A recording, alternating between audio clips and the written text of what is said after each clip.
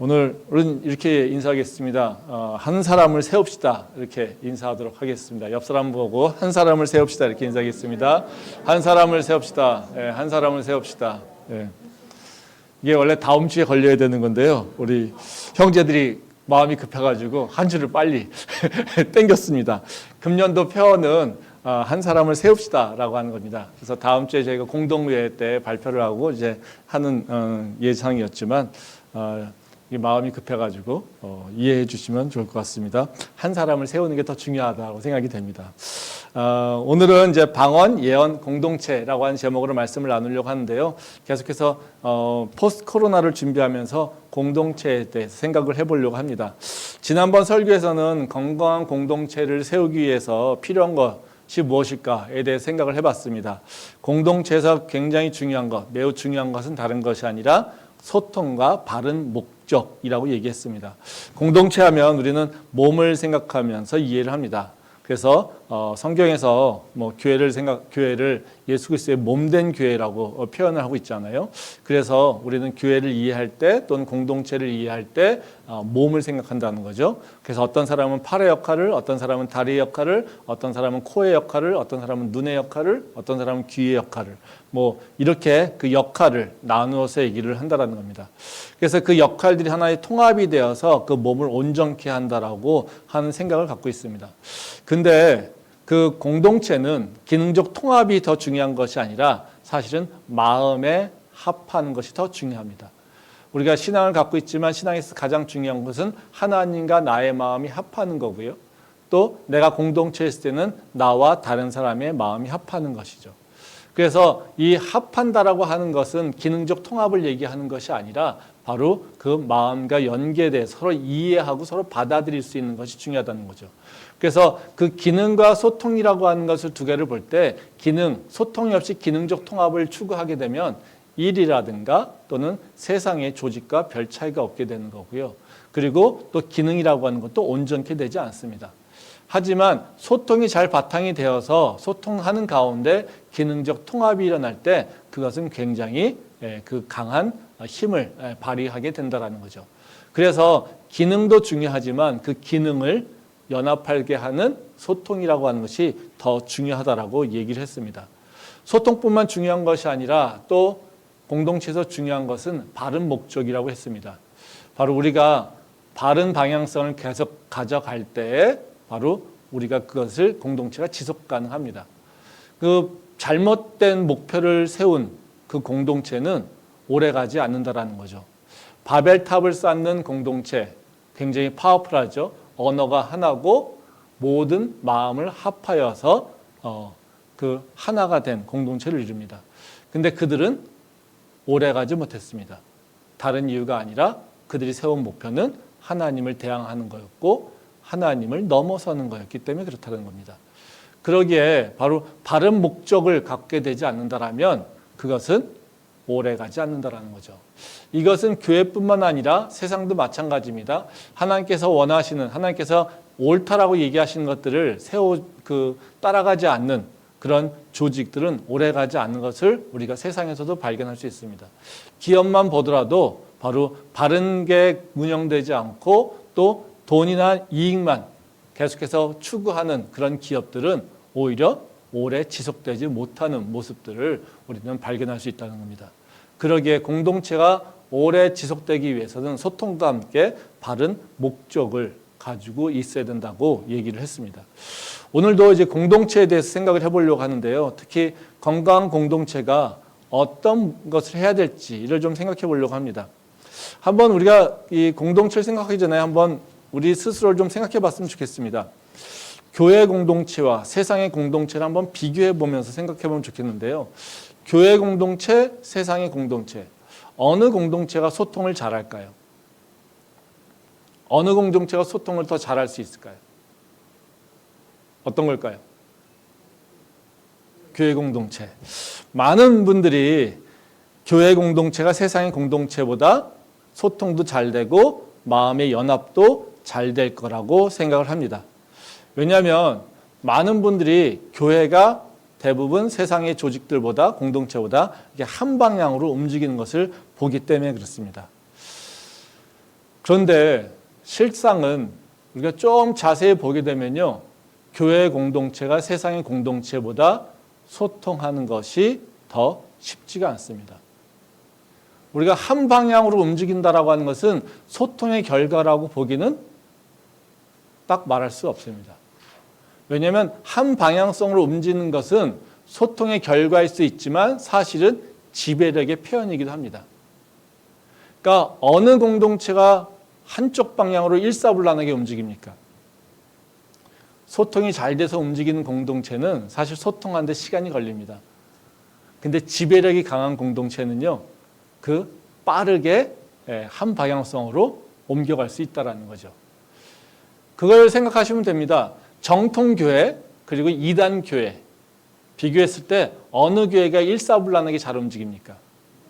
이단교회가요. 왜 그럴까요? 이단교회는 그들을 철저하게 지배하고 있습니다. 근데 정통교회는요, 자유가 있고요, 자기 의견을 표현하고요, 또 분명히 이해가 돼야지 됩니다. 그렇기 때문에 바로 그 정통교회와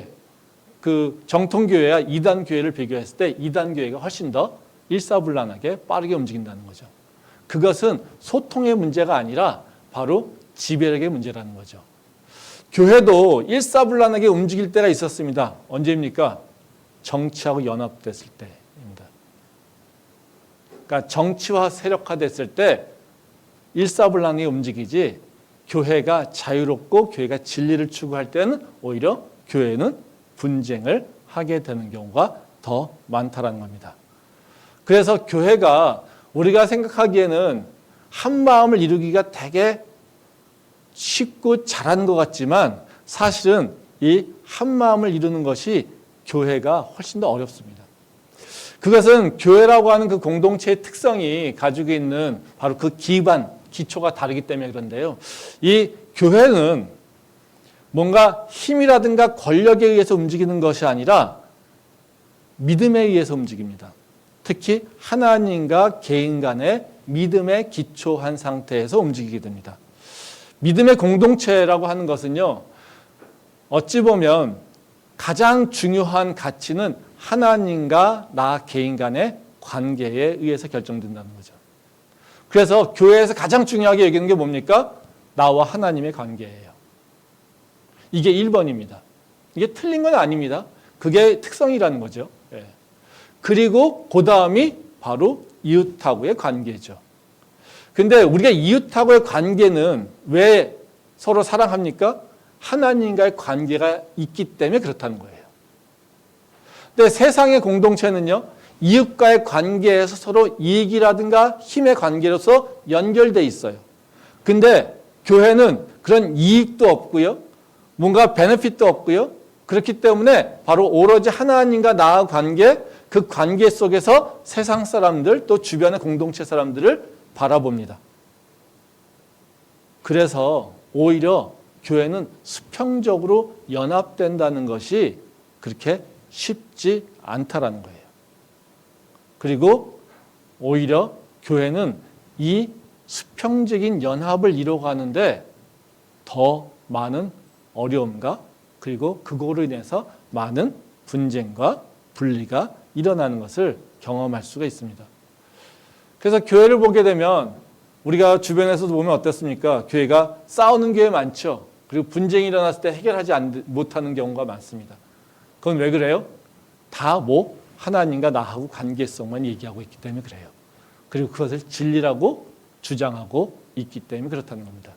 그래서 서로 타협해야 될 이유가 있지 않습니다.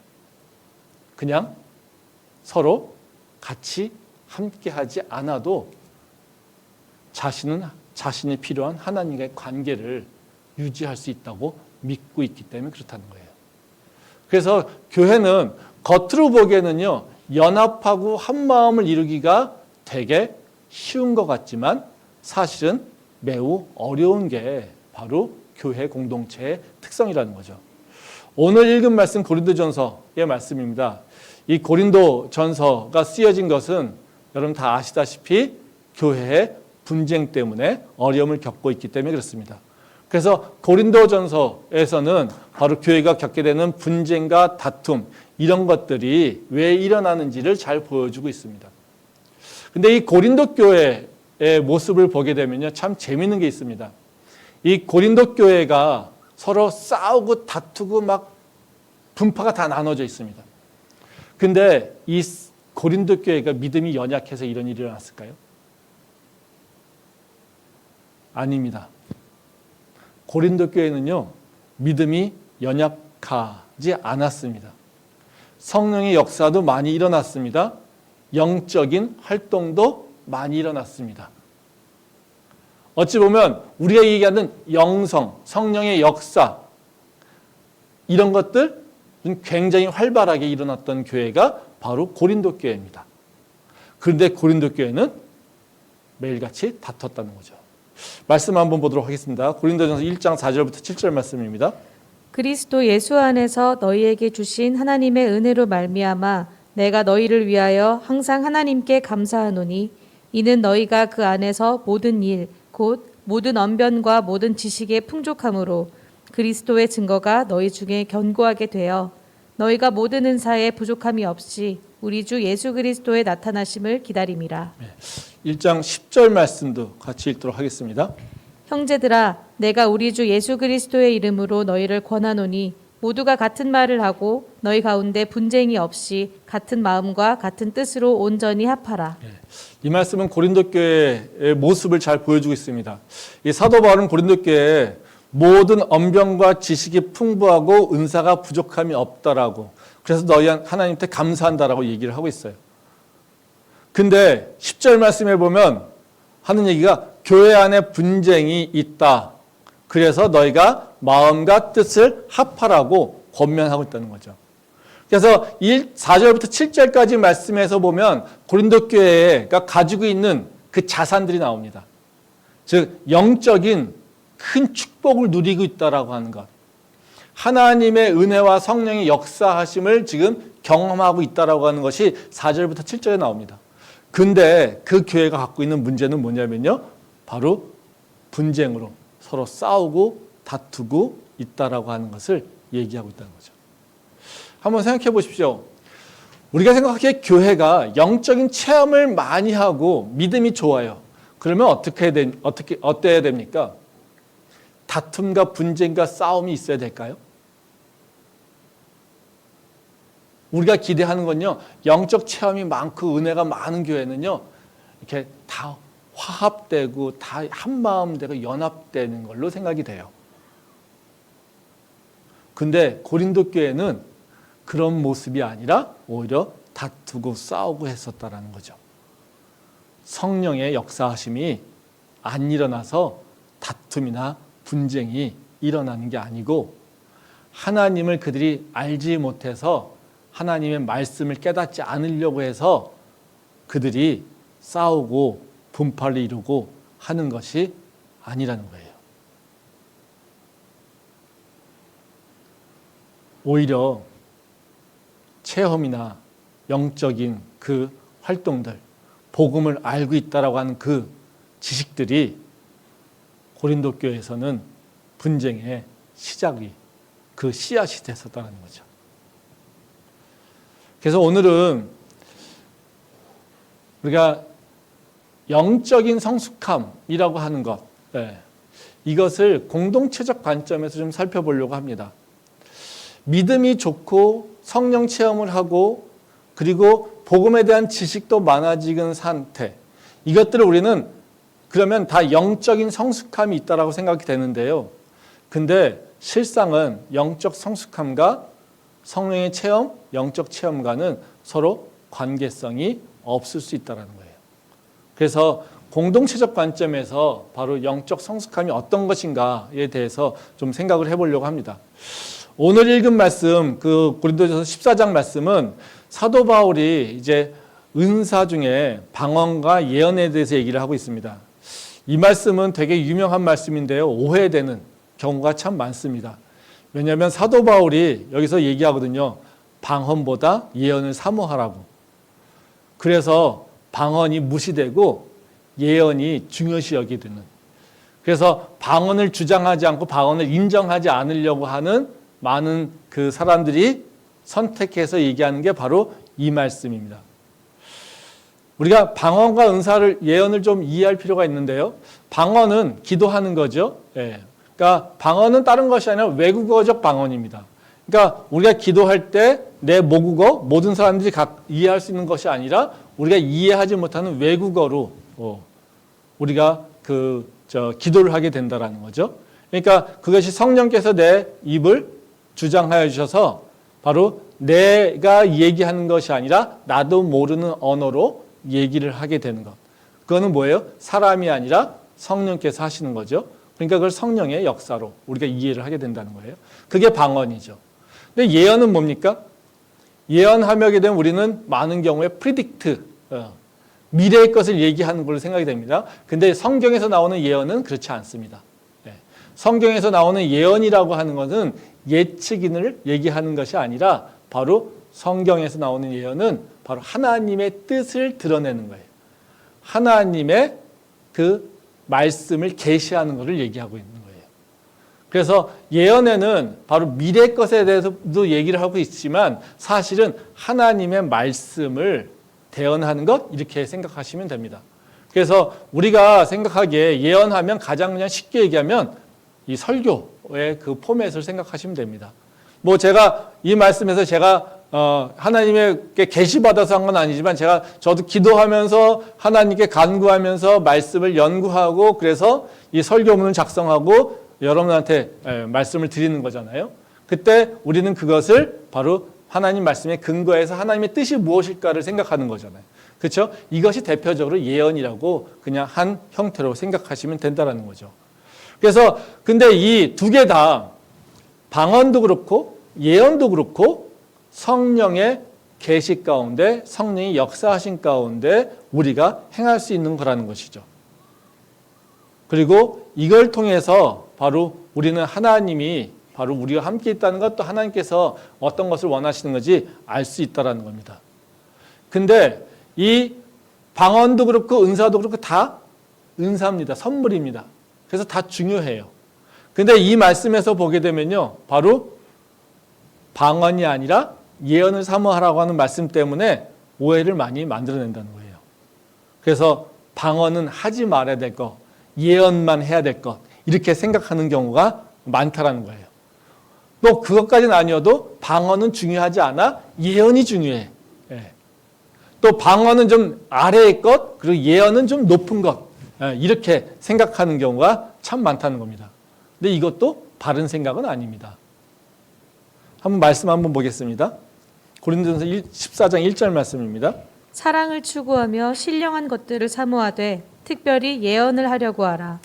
또 18절 말씀 같이 보도록 하겠습니다. 내가 너희 모든 사람보다 방언을 더 말함으로 하나님께 감사하노라. 1절 보면 바울이 예언을 사모하라고 하잖아요. 그러면서 2절부터는 예언과 방언에 대해서 비교하면서 얘기를 합니다. 그래서 방언이 별로 중요하지 않아 이렇게 설명하는 것 같습니다.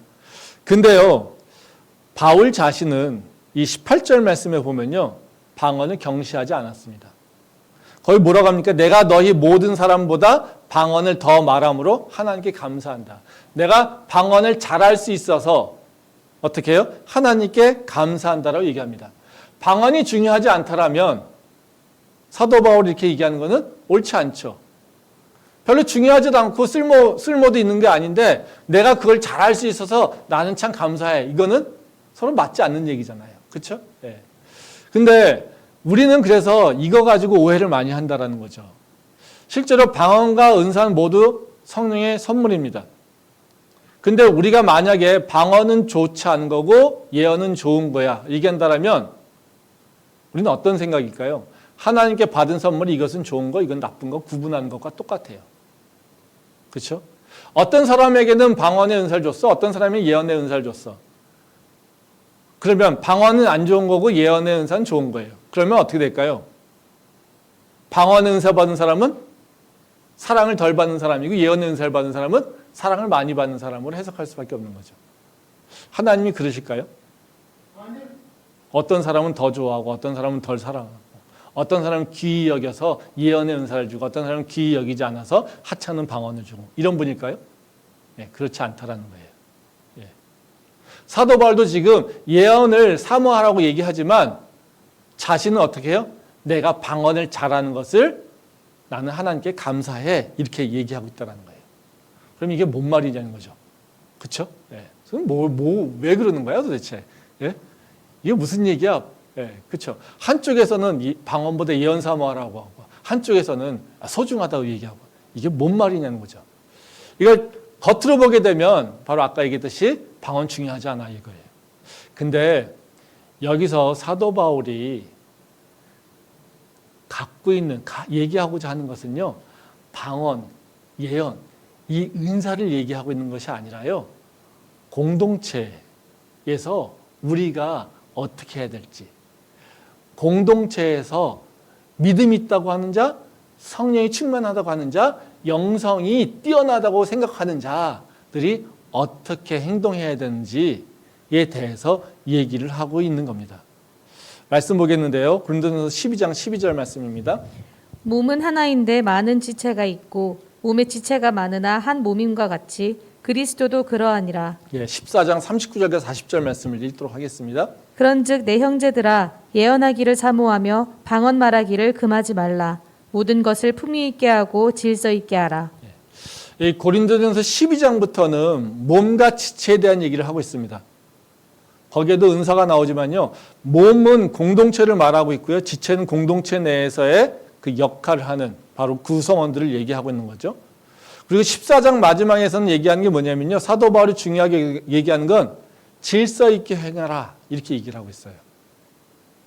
즉 은사를 가진 걸 가지고 은사를 질서 있게 합당하게 행사하라고 얘기하고 있다는 거예요. 그래서 고린도전서 12장 말씀부터는 어떤 얘기가 주제냐면요. 공동체성입니다. 공동체 안에서 각각의 다른 사람들이 있어. 근데 우리가 공동체 안에서 다른 사람들이 존재할 때, 다른 특성을 갖고 있을 때 우리가 믿음이 있다라면, 우리가 영성이 있다라면, 우리가 하나님을 온전히 알고 있다라면 우리는 어떻게 행동해야 될까? 이거에 대한 얘기를 설명하고 있는 게 그렇다는 거예요. 그래서 은사 하나하나를 구분해서 이것이 좋은 것, 이게 상위 은사 이렇게 얘기하고 있는 것이 아니라 너가 영성이 있다라면, 믿음이 있다라면 너가 공동체에서 너가 받은 은사를 어떻게 활용해야 돼? 라고 하는 것을 얘기하고 있다는 거죠.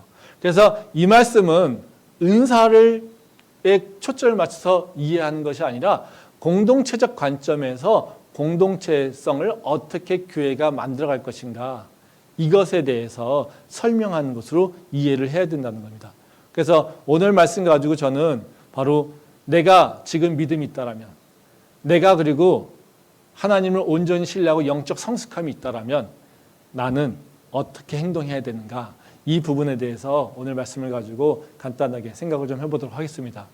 여기서 두 가지 교훈을 생각해 보려고 하는데요. 바로 첫 번째로 영적으로 성숙한 사람들은요. 자신의 덕이 아니라 공동체의 덕을 세우는 것을 목적으로 행동해야 된다는 겁니다. 나를 위한 것이 아니라 공동체를 위한 일들을 감당해야 된다는 거죠. 말씀 보도록 하겠습니다. 고린도전서 14장 1절부터 4절 말씀입니다. 사랑을 추구하며 신령한 것들을 사모하되 특별히 예언을 하려고 하라. 방언을 말하는 자는 사람에게 하지 아니하고 하나님께 하나니 이는 알아듣는 자가 없고 영으로 비밀을 말함이라. 그러나 예언하는 자는 사람에게 말하여 덕을 세우며 권면하며 위로하는 것이요 방언을 말하는 자는 자기의 덕을 세우고 예언하는 자는 교회의 덕을 세우나니. 이 말씀은 사도 바울이 왜 방언이 아니라 예언을 사모하라고 하는지를 잘 설명해 주고 있는 말씀입니다. 방언은 자신의 덕을 세우고 있다고 얘기하고 예언은 공동체의 덕을 세우고 있다라고 얘기하고 있어요. 그래서 공동체에서는 바로 방언보다는 예언을 더 하려고 노력해야 된다는 거예요. 이 말씀은 예언이 방언보다 우월하다라고 하는 얘기를 하고 있는 것이 아닙니다. 절대로. 이 말씀은 그 방언의 특성과 예언의 특성을 구분해서 공동체와 함께 할 때 너희가 중요하게 여겨야 되고 너희가 사모해야 될 은사가 어떤 것인지를 설명해 주고 있다는 거예요. 그러니까 방언이 왜 공동체적 관점에서 볼 때는 예언보다 뒷순위에 가야 되느냐? 방언은 특성상 하나님과 나하고의 1대1 관계이기 때문에 그렇습니다. 그러니까 우리가 방언 기도를 할 때 우리가 기도도 두 가지 종류가 있을 수 있겠죠. 그냥 크게 하나는요, 내 개인 기도가 있고요. 하나는 회중에 나와서 대표로 하는 기도. 오늘 예배 속에서 양인 권사님께서 회중으로 기도하셨죠. 생각해 보세요. 이 양 권사님이 여기서 딱 나오셔가지고 우리가 알지 못하는 말로 방언으로 기도를 쫙 하고 아멘하고 들어가셨다고 칩시다. 어떻습니까? 우리는 기도 가운데 중간에 우리 교회는 많지 않지만 그래도 아멘 아멘 하며 이렇게 화답하는 경우가 있습니다. 그런 화답이 나올 수 있을까요? 나올 수 없죠. 이 회중 기도라고 하는 것, 이것은요 혼자 하는 기도가 아니라 회중이 하는 기도죠. 함께 하는 기도입니다. 그래서 대표자가 기도를 하게 되면 그 듣는 사람들이 그 마음에 합당하고 나도 같이 소원하면 아멘으로 화답하는 게 바로 이 회중의 기도 특성이죠. 근데 방언 기도는요 어때요? 나와 하나님과의 관계 속이에요. 그래서 우리 교회도요 기도를 할 때 바로 회중 기도할 땐 방언 기도하는 사람 없죠. 그렇지만 금요 기도할 경우에는 우리가 개인 기도 시간을 줍니다. 그럼 그때는 어떻게 해요? 자유롭게 방언 기도합니다. 그때는 뭐요? 하나님과 나하고의 1대1 관계이기 때문에 그래요. 근데 지금처럼 공동체, 공예배를 드리고 있는 중에 방언을 한다면 어때요? 이 공동체를 사실 무시하는 거죠. 그래서 공동체 속에서는 해야 될 일은 아니라는 거예요. 근데 예언은 어떻습니까?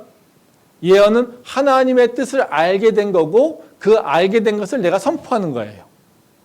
근데 이거 거꾸로죠. 제가 설교를 준비하면서 열심히 기도하면서 하나님의 말씀을 깨달았어요. 근데 저 혼자 그냥 알고서 지나가요. 그리고 절대 얘기 안 하죠. 이거는 비밀이야. 하나님께서 나한테 주신 비밀이야. 이렇게 얘기하면서 이건 정말 귀한 지식이야. 이러면서 여러분들한테 설명하지 않습니다. 그럼 저는 어떤 놈일까요? 아주 나쁜 놈이죠. 왜요? 나누라고 주신 지식인데, 나누라고 주신 깨달음인데, 그걸 나누질 않고 계속해서 나 혼자만 갖고 있으려고 하면 저는 도둑질하는 것과 똑같은 모습이라는 거예요. 근데 예언은 어떻게 해야 돼요? 적극적으로 나눠야 되는 거예요. 그러면 예언의 그 수혜자는 누굴까요? 나가 아니라 얘기 듣는 사람들이에요. 그래서 저도 설교 준비하면서 말씀이 안 풀리면요. 그렇게 기도합니다. 솔직하게. 하나님 저를 보지 마시고요. 우리 캠퍼스엠의 성도들을 보시고 저한테 말씀을 주세요. 하나님 저한테 주시는 말씀이 아니라요. 우리 캠퍼스엠의 성도들이 들어야 될 말씀이 뭡니까? 제가 그렇게 기도합니다. 그래서 제가 여러분들을 핑계대고 우리 성도분들을 핑계 삼아서 하나님 나한테 말씀 주셔야 돼요. 제가 설교문을 작성할 수 있게 해주셔야 돼요. 이렇게 얘기한다는 거죠. 왜? 제가 받게 되는 예언이라고 하는 그 은사는 그 수혜자가 누구냐면요. 성도들이에요. 공동체예요. 그러면 어때요? 방언이라고 하는 것은 누가 은혜를 받습니까? 방언하는 자가 은혜를 받아요. 예언이라고 하는 것은 누가 은혜를 받습니까? 듣는 자가, 공동체가 받아요. 그러면 당연히 공동체적으로 볼 때는 어떤 게 더 우선시돼야 될까요? 방언이 아니라 예언이라는 거죠. 그래서 사도 바울이 지금 얘기하고 있는 것은 다른 것이 아니라 바로 공동체성을 바라볼 때 너희가 공동체를 세우는 것에 너가 열심을 해야 돼. 너가 방언이 아니라 예언을 사모해야 된다는 것은 너가 너 혼자 은혜 받기 위해서 열심히 기도하는 것이 아니라 너가 해야 될 일은 공동체를 더 세우기 위해서 너는 예언을 사모할 수 있어야 돼. 이거예요. 한번 생각해 보세요. 우리가 교회에 나올 때 우리는 내가 은혜 받기를 원해요? 아니면 우리 공동체가 더 은혜 받기를 원합니까? 어떤 게 더 맞을까요? 공동체. 그럼 참 좋은 거예요. 근데 사실은 어떻게 해요? 우리는 내가 은혜 받기를 원해요. 이게 틀린 건 아닙니다. 근데 우리가 영적 성숙함을 다가려면 나보다도 공동체가 은혜 받을 수 있는 방법을 찾아야 돼요. 그래서 이 예배를 위해서 기도할 때 예배 오셔서 다 기도하시지 않습니까? 그렇죠? 딱 우리 이렇게 오면은 저도 마찬가지로 다 기도하잖아요. 그럼 뭐라고 기도하십니까? 하나님, 예배 오게 해주셔서 감사합니다. 오늘도 이 예배 가운데 저에게 찾아오셔서 만나주시고 은혜를 베풀어 주시고 축복을 베풀어 주세요. 이렇게 기도하잖아요. 여기서 끝나면 어때요? 아, 이거 문제 있는 거예요. 이 방언을 사모하는 자들의 모습인 거예요.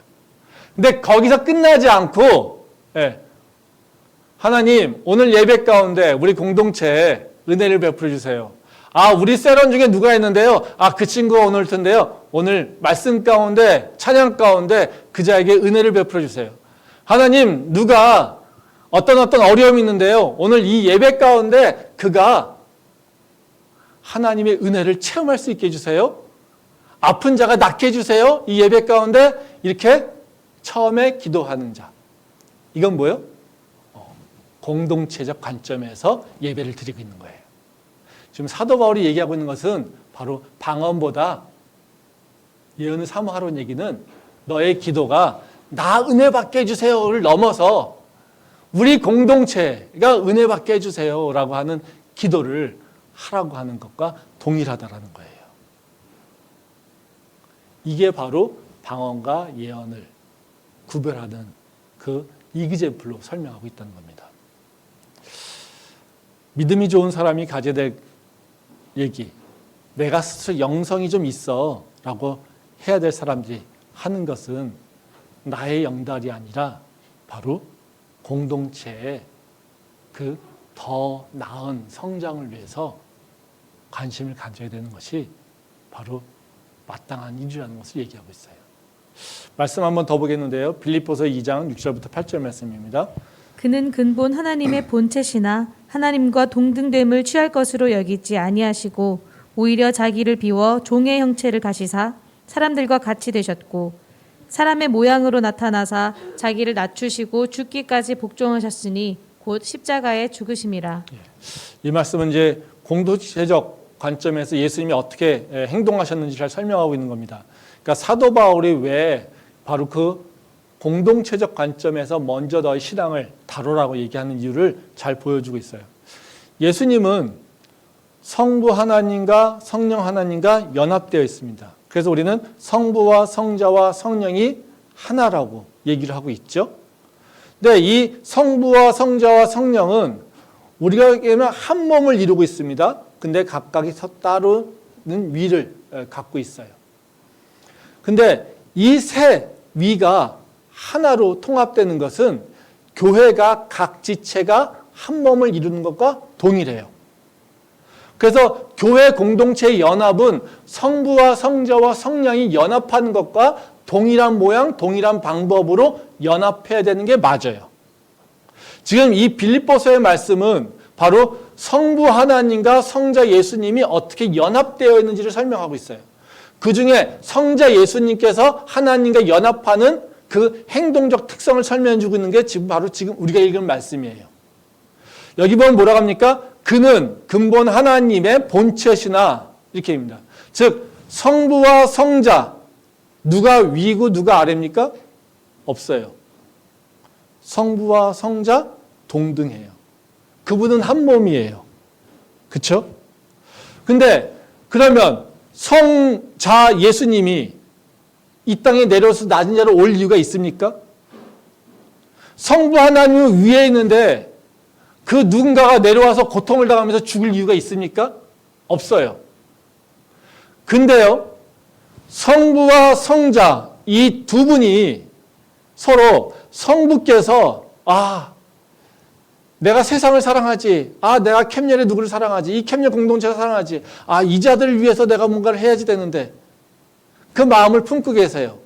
근데 이 성자 예수님께서 이것을 알고 계세요. 그래서 어떻게 해요? 나 동등하게 당신하고 똑같아. 라고 주장할 수 있는 권리와 권한이 있지만, 그런 동등한 존재지만 성자 예수님은 자기의 권위를 주장하는 것이 아니라 밑으로 내려왔다는 거예요. 그래서 뭘 이룹니까? 성부 하나님의 뜻을 이루셨다라는 거예요. 그래서 바로 예수님이 보여주신 모습은 바로 십자가를 통해서 뭐를 이루십니까? 성부 하나님의 뜻을 이루셨다는 거죠. 하나님이 세상을 이처럼 사랑하사 독생자를 주셨잖아요. 그렇죠? 근데 독생자가 거부하면 안 할 수 있어요. 근데 독생자는 뭐를 알고 있기 때문에 내려오신 겁니까? 하나님이 세상을 얼마나 사랑하신지를 알고 있기 때문에 내려오신 거예요. 그리고 성부 하나님은 독생자 예수를 이 땅에 보내면서 가슴 아파하지만 바로 그를 다시 부활하심으로써 오히려 진짜 왕이 되게 하시는 그런 세우시는 역할을 또 하신다는 거예요. 그래서 성부 하나님과 성령, 그러니까 성부 하나님과 성자 예수님의 그 관계를 보게 되면요, 바로 성부 하나님은 예수님을 세우고요, 성자 예수님은요 하나님의 뜻을 온전히 이루는 일을 하게 된다는 거예요. 이게 바로 연합이에요. 이게 빌립보서의 말씀이라는 거예요. 그래서 이 삼위일체의 연합이라고 하는 건 뭐냐면 내가 너, 너가 내 안에, 이겁니다. 근데 그 서로 자기의 뜻, 자기의 것을 주장하는 것이 아니라는 거죠. 지금 사도 바울이 얘기하고 있는 것도 똑같아요. 똑같습니다. 너희가 하나님과 예수님의 그 연합됨을 봤지? 그럼 우리도 똑같이 돼야 돼. 너 것을 주장하는 것이 아니라 공동체의 선한 것을 위해서 너가 먼저 찾아봐야 돼. 그게 성숙함이야. 이것을 얘기하고 있다는 거예요. 내가 믿음이 연약해 라고 하면 내 것을 구해도 돼요. 나 아직 하나님을 잘 몰라. 그러면 교회에 대해서 기도하지 않아도 돼요. 하나님, 내가요 교회 사랑할 수 있는 마음을 나한테 주세요. 하나님, 내가 교회를 사랑할 수 있는 그런 믿음도 허락해 주세요. 그런 믿음이 없다면 그런 믿음 구하는 거 맞아요. 근데요, 오늘 말씀은요, 내가 믿음이 있어. 내가 그래도 영적 체험이 있어. 그렇게 내가 자신하고 있다라면, 내가 교회를 사랑해. 내가 예수님 사랑해. 내가 하나님 사랑해. 라고 하는 그 믿음의 고백이 분명하다라고 내가 얘기하고 고백하고 있다라면, 그런 사람들의 믿음은 어떻게 돼야 되냐면 바로 내가 더 깊이 하나님을 만나고 싶습니다라고 하는 것이 아니라, 하나님, 내가 속한 공동체가 더 주님과 가까워지기를 원해요.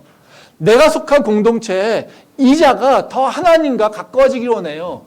이것을 기도할 수 있는 자가 영적 성숙함이 있는 자라는 거예요.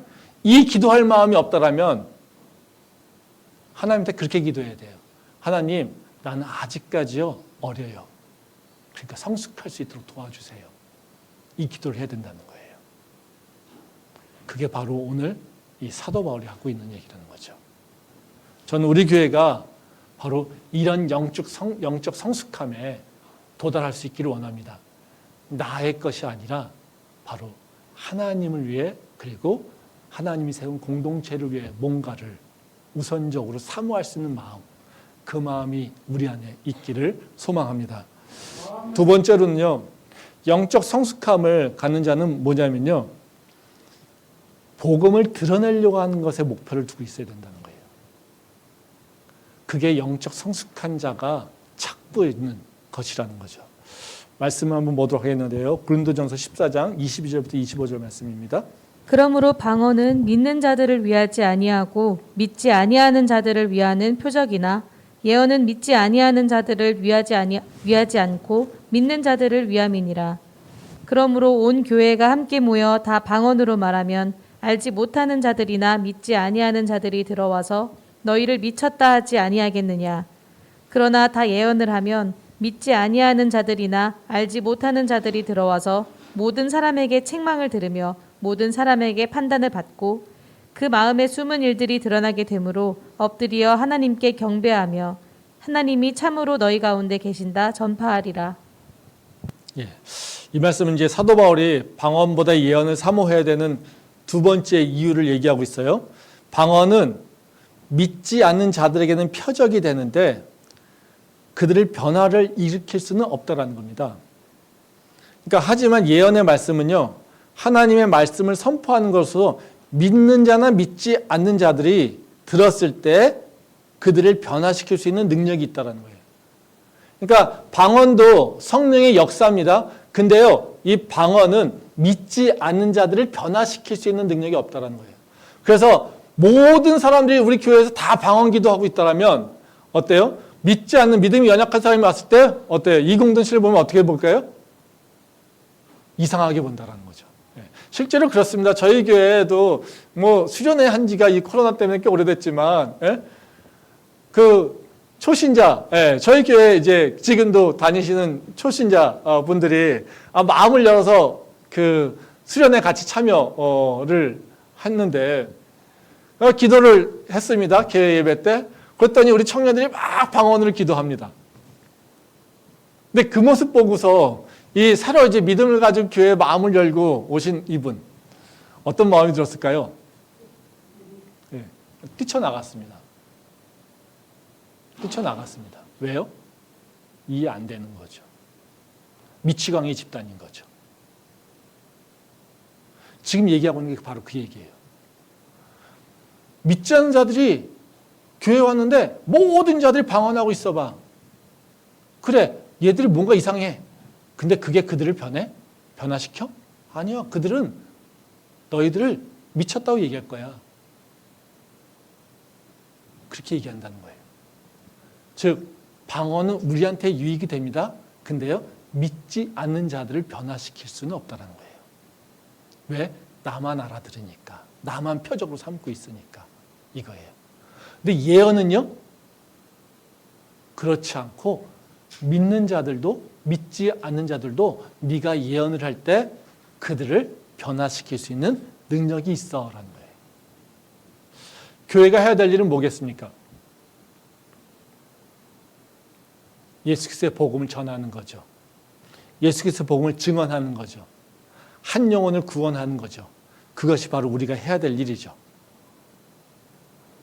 그러면 전도하고 그리고 말씀을 전하기에 방언과 예언, 어떤 것이 더 이로울까요? 예언이 더 이로울 수 있다는 거예요. 방언을 무시하는 건 아닙니다. 저희 교회 방언 저는 하도록 합니다. 많이 하는 게 좋아요. 근데 그것이 때와 장소를 구분할 필요는 있다는 거예요. 근데 여기서도 똑같이 무슨 얘기입니까? 우리가 뭐를 두고 중점을 봐야 되냐? 우리의 신앙이 나의 영적인 만족함을 기준으로 활동하는 것이 아니라 내가 해야 될 사명이 무엇인지를 생각하고 그에 합당한 은사를 구하는 것이 맞다는 거예요.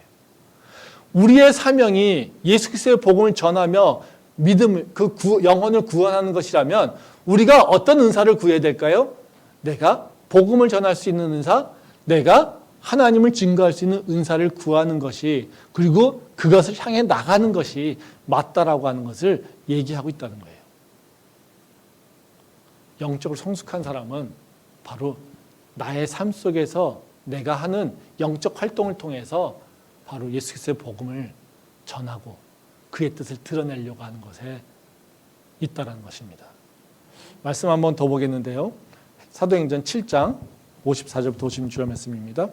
그들이 이 말을 듣고 마음에 찔려 그를 향하여 이를 갈거늘 스데반이 성령 충만하여 하늘을 우러러 주목하여 하나님의 영광과 및 예수께서 하나님 우편에 서신 것을 보고 말하되 보라 하늘이 열리고 인자가 하나님 우편에 서신 것을 보노라 한대.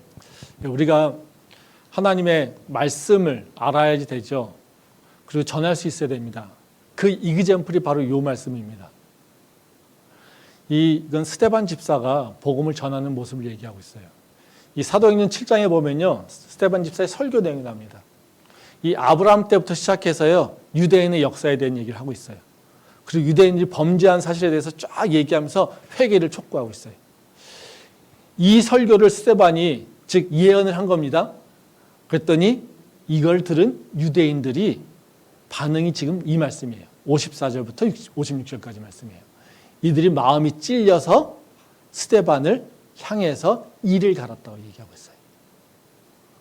그래서 이들을 돌로 쳐 스데반을 죽였다고 얘기하고 있어요.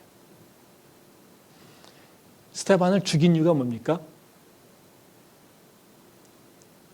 유대인들이 스데반 집사의 말씀을 통해서, 설교를 통해서 자신들의 죄를 깨우치게 된 거예요. 이게 진짜 예언이에요.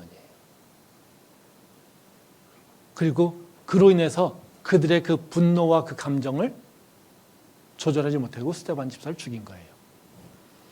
물론 스데반 집사를 우리가 순교하자는 얘기는 아닙니다. 예, 그 얘기를 하고 있는 것은 아니고요.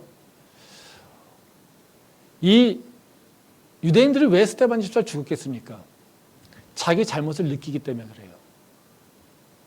자기가 잘못한 걸 알기 때문에 그 자기가 잘못한 것을 스데반 집사가 깨닫게 하니까 그게 싫은 거죠. 우리도 화날 때가 언제입니까? 내 잘못한 거, 내가 찜찜한 거, 내가 부끄러운 걸 누군가가 얘기할 때 어때요? 우리 화내지 않잖아요. 화내잖아요. 그렇죠? 우리가 화내는 건요, 내가 뭐 굉장히 무슨 손해를 볼 때 화내지 않아요. 내가 마음에 불편함이 있는데 그걸 누군가가 이렇게 떡 건드렸을 때, 예? 그때 우리는 되게 이렇게 분노하고 폭발하거든요. 여기도 똑같아요. 우리는 다른 사람을 하게 하자라고 하는 걸 얘기하고 있는 건 아닙니다. 근데요, 예언을 잘하면 뭐요? 그것이 사람들의 가슴팍에 들어간다는 거예요. 그리고 그 가슴팍에 들어가서 그들을 변화시킬 수 있다는 거죠. 우리가 회개하고, 우리가 죄를 인식하고, 회개하고, 하나님께 돌아오는 것이 우리가 마땅히 해야 될 일이죠. 내가 상하는 사람이 있다면 그 사람이 죄를 알게 되고, 회개하게 되고, 그리고 하나님께 돌아오는 것. 이것이 우리가 해야 될 일이에요. 그게 바로 우리가 감당해야 될 문제라는 거죠. 그러면 한번 생각해 봅시다. 우리는 이런 것을 사모한 마음이 있습니까? 내가 말을 통해서 누군가에게 죄를 스스로 인식하게 하고 그 죄에 대한 마음 때문에 죄의 문제를 어떻게 해결해야 될까라고 하는 생각을 갖게 하고, 그래서 예수 그리스도를 찾게끔 길을 인도하려고 하는 마음이 있습니까? 우리 그것만이 아니라 우리가 성경을 보는, 성경 공부를 하는 우리의 마음 자세도 한번 생각해 봅시다. 우리가 성경 공부합니다. 무엇을 위해서 합니까? 그 성경 공부를 하는 목적이 무엇입니까? 성경을 알아야 되는 그 이유가 뭡니까? 하나님과 가깝게 하기 위해서. 제가 설교를 준비할 때마다 저는요, 그런 마음을 갖고 있습니다. 뭐 저희 성도들 가운데 제 설교에 불편하게 느끼시는 분들도 알고 있습니다. 아, 목사님이 좋은 얘기하고 축복의 얘기를 좀 해야 되는데 그런 얘기 하지 않고 오히려 자꾸 죄에 대한 얘기하고 찔리게 한다는 것. 근데 저는 기도할 때, 설교 준비하면서 기도할 때, 그리고 제가 찾고 있는 것은 사실 우리가 나도 모르게 저지르고 있는 죄에 대한 것을 생각합니다. 제가 항상 설교를 준비하려고 하면서 저한테도 마찬가지고 그 설교를 준비하면서 가장 마음이 아프고 가장 찔림이 있고, 그래서 때로는 선포하지 못하고 지나가는 말씀도 있습니다. 근데 그건 다 뭐냐면요, 죄에 대한 인식을 하게끔 하기 위한 거예요. 그걸 통해서 우리는 예수께 나올 수 있다는 거죠. 우리가 성경 공부를 하면서 축복의 말씀을 들으려고 하는 것, 그리고 내가 영적으로 성숙하기 위해서 하는 것도 중요하지만요, 우리가 성경 공부가 일어나야 되는 이유는 내가 예수 그리스도의 복음을 전하려고 하는 마음을 표현할 수 있어야 돼요. 그것이 목표가 돼야 된다는 거예요. 내가 교회를 다니는데 성경을 몰라요? 이거 문제죠. 근데 내가 교회를 다니면서 복음을 알고 있어요? 근데 세상 사람들한테 바로 이 스데반 집사처럼 마음을 일으킬 수 있는 그런 전할 수 있는 능력이 없어요? 그거는 복음을 모르는 것과 동일해요. 제가 이런 비판 여러 번 했었던 것 같습니다. 요새 교회가 복음에 대한 것을 굉장히 중요하게 여깁니다. 근데 복음을요, 도식화, 공식화해서 가르쳐요. 너가 죄가 있어? 너 저희 문제를 어떻게 해결하지? 예수 그리스도를 믿으면 돼? 믿는 게 뭐야? 마음으로 믿고 입으로 고백하면 돼? 그래, 우리 영적 기도하자? 나 이제는 예수님을 믿어요. 예수님을 나의 구주로 삼아요. 예수님을 나의 왕으로 삼아요. 기도했어요. 우리는 뭐요? 할렐루야, 난 구원받았어요. 1 더하기 1은 2, 1 곱하기 1은 1, 이런 공식하고 똑같아요. 이걸 알고 있으면요, 나는 복음 알고 있다고 생각해요. 그게 지금 복음을 강조하고 있는 교회, 복음을 알고 있다라고 하는 성도들이 갖고 있는 많은 수준입니다. 물론 아닌 경우도 있겠죠. 근데 복음은 그렇게 아는 게 아닙니다. 복음은 절대 주술적인 무슨 주문도 아니고요. 무슨 입으로 그냥 한번 외쳤다고 구원받는 것도 아니고요. 복음은 공식처럼 외워가지고 딱 공식화돼서 걷다 맞추는 것도 아닙니다. 복음은요, 나의 가슴팍을 울리는 거고요. 나 가슴팍을 찌르는 거고요.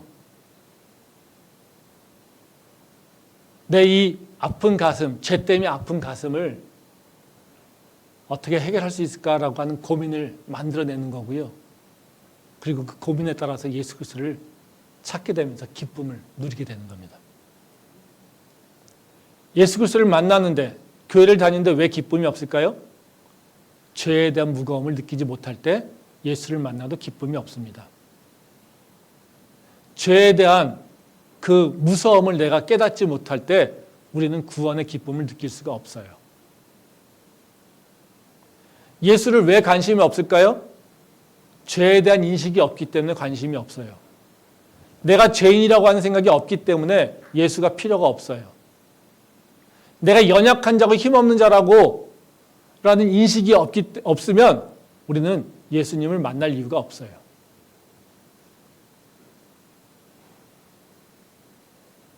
스데반 집사가 얘기한 건요, 그 복음을 이해하고 있는 수준은요, 이렇게 공식화로 얘기하고 있는 것이 아니라 듣는 자의 가슴을 찌를 수 있는 거고요.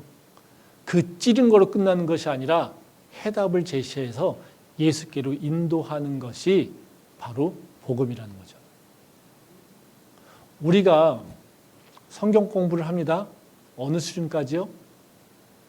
내가 사랑하는 사람들에게 복음을 전할 수 있는 정도까지 돼야 돼요.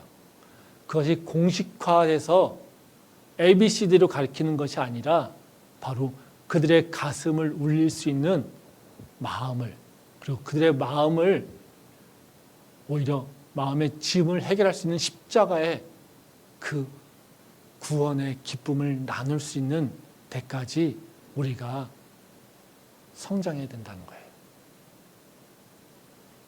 그게 우리의 모습이어야 된다는 거죠. 내가 영적 성숙함이 있어요? 그러면 바로 이렇게 복음을 전할 수 있는 단계로 성장해야 됩니다. 전 2022년도 우리의 표어가요, 한 사람을 세웁시다입니다. 한 사람을 어떻게 세울 수 있겠습니까? 바로 지금 오늘의 이 마음이에요. 나를 위해서 이기적인 모습의 크리스찬이 아니라, 나를 필요로 하는 영적 은사가 아니라 내 옆에 한 사람을 위해서 기도할 수 있는 것. 내 옆에 한 사람이 예수 그리스도를 통해서 기쁨을 얻고 구원을 얻을 수 있도록, 그리고 그들의 변화를 이끌어낼 수 있도록 내가 그들에게 복음을 전할 수 있는 바로 지식과 지혜가 있어야 되는 단계. 여기까지가 우리가 가져야 될 모습이라는 거죠. 저는 2022년도가 우리 교회가 바로 이 모습으로 성장할 수 있기를 원합니다. 그래서 공동체를 세울 뿐만 아니라 한 사람 한 사람을 세워서 바로 하나님께서 기뻐하시는 바로 그 영혼들이 다시 돌아올 수 있도록 그 일에 우리가 힘을 다하는 하나님의 거룩한 공동체, 그리고 예수 그리스도의 제자된 공동체가 우리 교회가 될 수 있기를 소망합니다. 기도하겠습니다.